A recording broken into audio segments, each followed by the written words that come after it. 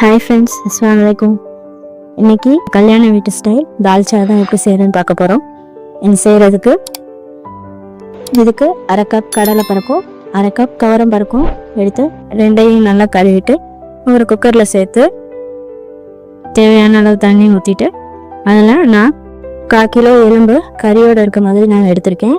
அதையும் இதில் சேர்த்துட்டு அரை டீஸ்பூன் மஞ்சள்தூள், 1 டீஸ்பூன் இஞ்சி பூண்டு பேஸ்ட் இது எல்லாத்தையும் நல்லா சேர்த்து கலந்து விட்டுட்டு குக்கரை மூடி மீடியம் ஃப்ளேமில் 4லேருந்து 5 விசில் விட்டு அடுப்பு ஆஃப் பண்ணிடுங்க.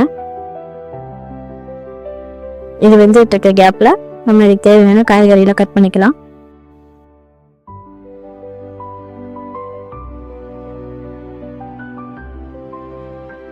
இதுக்கு கத்திரிக்காய் இந்த அளவு பெருசாக கட் பண்ணிங்கன்னா தான் அது கத்திரிக்காய் குழஞ்சி போகாமல் இருக்கும்.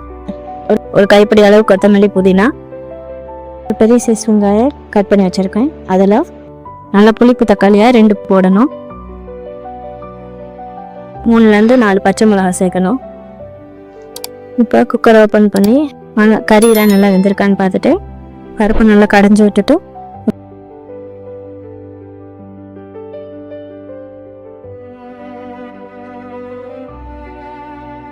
இதில் அடுப்பை பற்ற வச்சு கத்திரிக்காயை சேர்த்து அதில் மிளகாய் தூள் 2 டீஸ்பூன், கரம் மசாலா ஒரு 1/2 டீஸ்பூன், உப்பு 1 டீஸ்பூன் இதெல்லாம் சேர்த்து ஒரு அரை டம்ளர் தண்ணி ஊற்றி குக்கரை விசில் போடாமல் சும்மா மூடி ஒரு 5 நிமிஷம் வேக விடணும்.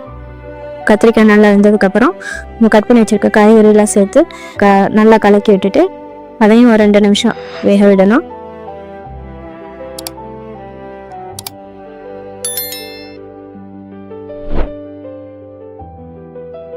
ஒரு லெமன் சைஸ் புளியை எடுத்து நான் கரைச்சி வச்சுருக்கேன். அதையும் இதில் ஊற்றி புளியை கடைசியாக தான் சேர்க்கணும்.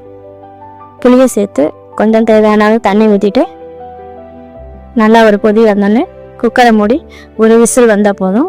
அதுக்கப்புறம் அடுப்பு ஆஃப் பண்ணிங்கன்னா நல்லா சூப்பரான கல்யாண வீட்டு ஸ்டைல் தால்ச்சா ரெடி.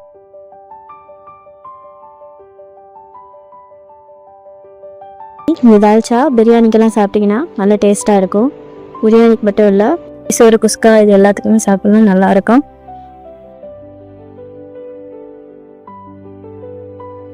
நான் இன்னைக்கு ஃப்ரைடே சஹருக்கு நெய் சோறு, தால்ச்சா, அதுக்கு சைட் டிஷ்ஷாக மட்டன் கிரேவி தான் செஞ்சுருக்கேன்.